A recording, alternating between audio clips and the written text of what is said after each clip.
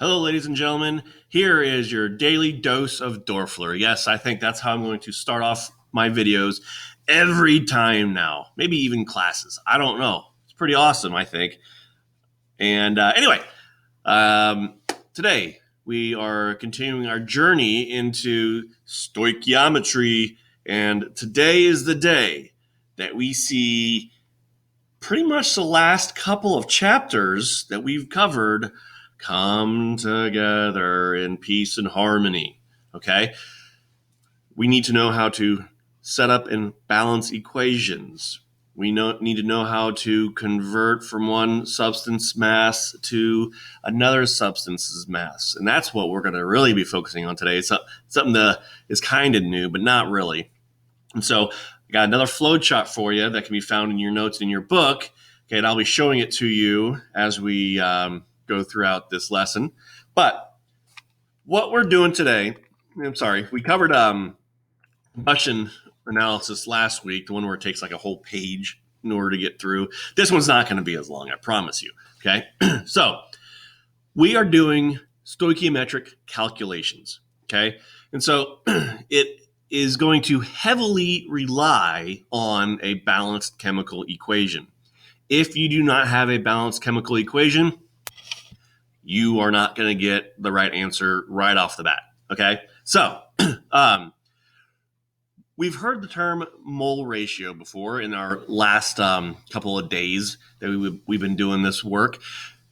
We're still going to use that term, but when we're doing this type where we have a balanced chemical equation, those coefficients, again, those numbers that are, my pointer, placed in front of the substances to help balance it out, these coefficients will be our mole ratios now when we're talking about stoichiometric calculations and using balanced chemical equations.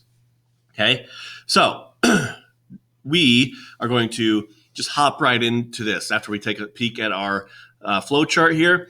And the example that is in your notes is actually the sample exercise that we're going to be looking at first. So, excuse me, after I get through talking about the new flow chart, I'm going to flash forward a few slides just so we can read the problem, and then we'll come back and work on how we solve for our sample question, okay?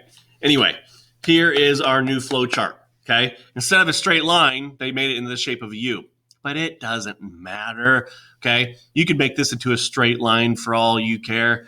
It all reads the same, okay? But again, if you notice the arrows, it's a one-way street. So you're going to start off with what you know from one substance and go to your second substance, okay? So typically, you're going to be starting off with grams of substance A. Okay, that's your starting location. Your first stop is then going to be moles of substance A. And this is a tried and true method that we've been doing for at least 2 weeks now, where you have to use the molar mass of substance A to get to moles of substance A. Remember, moles will then have to be on top and grams on bottom. So once you are at stop number 2, you need to get from moles of substance A to your next stop of moles of substance B.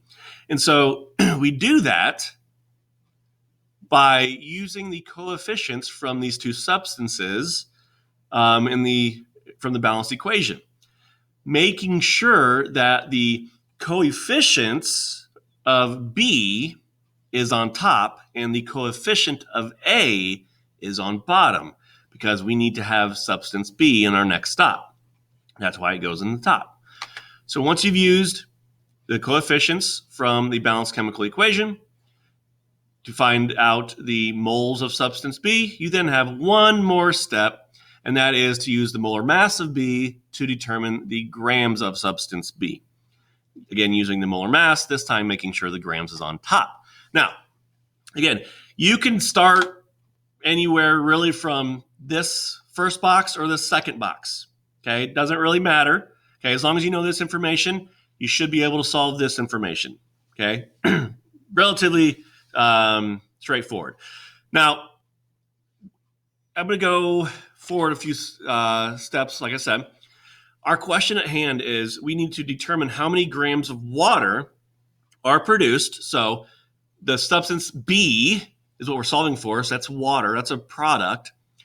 Is produced in the oxidation of 1 gram of glucose, C6H12O6. Okay? So there is no direct calculation between, glucose and water. So we have to use this stoichiometric setup to help us relate it, okay? And so we were told in the problem that we had 1 gram of glucose. So that is our starting point. Our next point is we need to get to moles of substance A. And we're going to do that by using the molar mass of A. So calculating that out, the molar mass of glucose is 180 grams per mole. But remember, since our next stop is moles of A, moles has to be on top, and the mass has to be on bottom. We then get a relatively small number of moles here because, a mole's worth of glucose molecules weighs 180 grams, and we're only starting off with 1 gram. We are far from having a mole's worth of substance. So that's why we have such a small number of moles of glucose. So that means we are here, okay? Moles of substance A. We then need to get to moles of substance B. And we do that by looking at the balanced chemical equation and use the coefficients from A and B to use this. So looking here, again, we need to get from moles of A to moles of B. So we have to make sure that our moles of B is on top. And based off of our balanced chemical equation, we have a coefficient of 6 right here. So we have 6 moles of H2O. And glucose does not have a coefficient, so that just means that there is 1. And so that gets a 1 mole of glucose. So that gets us to our second to last stop, where we're currently at moles of substance B. We need to go up here now to where we can find grams of substance B using the molar mass of substance B. So the molar mass of water is 18 grams per mole. Grams goes on top because that's what we need our final answer to be in. And so we can produce, so here's how this all means, okay? This is what this whole purpose is. We can produce 0.6 grams of water when we oxidize 1 gram of glucose, okay?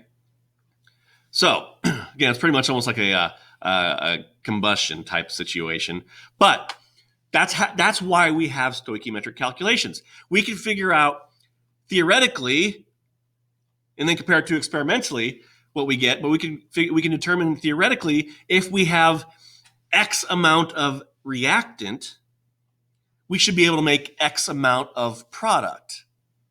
And so we can do this mathematically before we ever do any actual experimentations, which, if you know by now, experimentations are costly, time-consuming.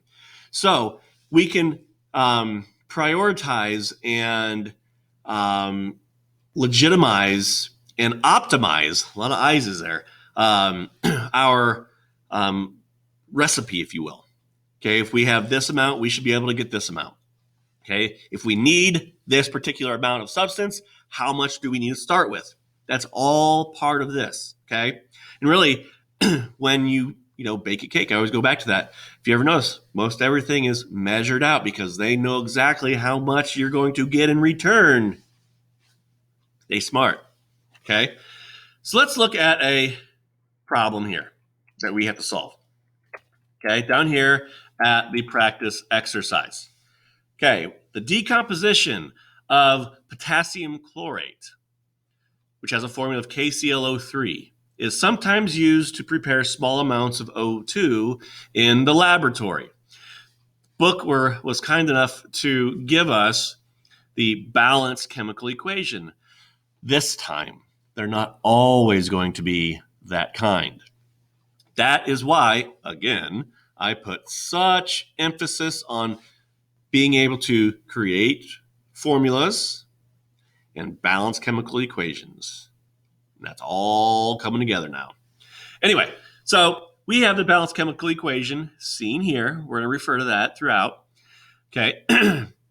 Excuse me. How many grams of O2 can be prepared if we start with 4.50 grams of potassium chlorate? Okay. Y'all see that question?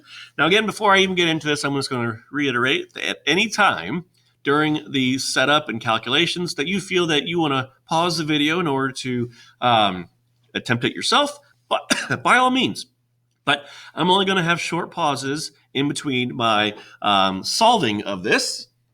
So I'm going to get out of here and I'm going to bring up this camera. Hello. I don't know why, but I like to say hello every time. Oop, oop. Okay, I'll get this straight eventually. Let's darken the screen a little bit. All right, so again, looking at our roadmap here, we know the grams of potassium chlorate. So we'll have to get the moles of potassium chlorate. We will then have to use the balanced chemical equation and the coefficients from that balanced chemical equation to get to moles of substance B, which in this case is O2. And then we're going to use oxygen's or O2's molar mass to help determine how many grams of O2 will be produced. Okay? So typically and always, the first thing that we do is write our given. What do we know? 4.50 grams of potassium chlorate. Okay? So our next stop is going to be moles of A using the molar mass. So again, moles goes on top.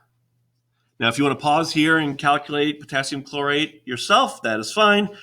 Otherwise, the molar mass is 122 grams potassium chlorate per 1 mole. Grams can cancel. Next step we are going to take is we are going to go from moles of A to moles of B using the coefficients from the equation. Looking at, if you have the equation handy, you will see that there is a coefficient of 2 in front of the potassium chlorate and a coefficient of 3 in front of the O2. So I need to have my O2 on top because that's what I'm solving for now. This is my transitional period, okay, from A to B. So 3 moles, we can tell that's a 3, of oxygen based off the coefficients, and 2 moles of KClO3. Oops, I should say it is O2. O2, not O, O2. Okay? Lastly, I'm at the step where I'm here. I need to get to my final destination of grams of substance B. You're going to use the molar mass of O2. And remember, there's 2 oxygens based off that subscript. And 1 oxygen is 16 grams per mole. So 2 has to be 32 grams of O2 per 1 mole. So to run down this again, grams of substance A, use the molar mass to get to moles of substance A. Then we get the balanced chemical equation and use the coefficients in front of our items to go from A to B.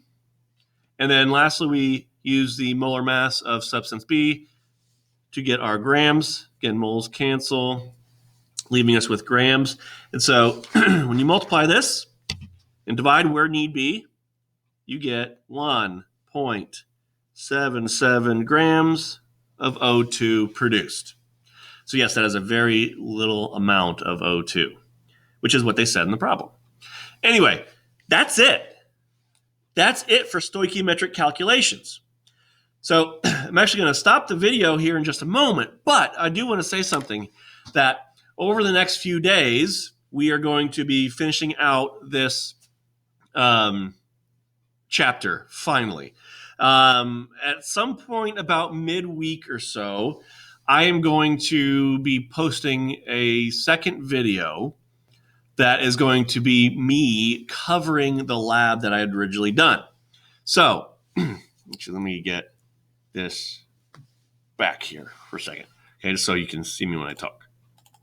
So, you're going to be getting a few videos this week, a couple more than normal, Okay. And so, like I mentioned last week, it'll be me kind of running through the experiment, indicating to you what data I need you to put down, okay, and put in your table. And you really can't finish this lab until we've done this last section, okay? This last section is all about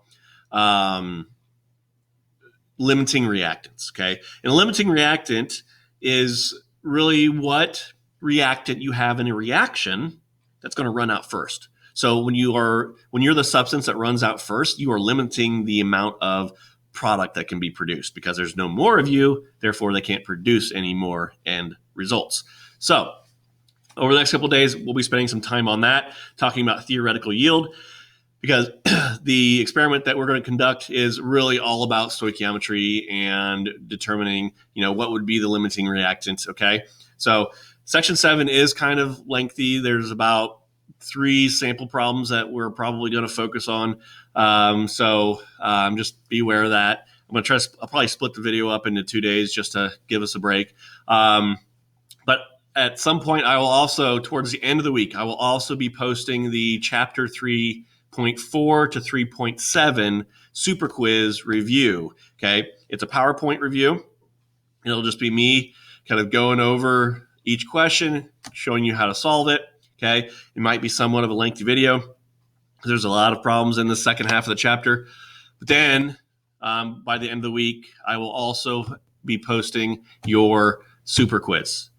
The super quiz will not be due until probably, I don't even know what today is, the 24th, okay? So next Tuesday.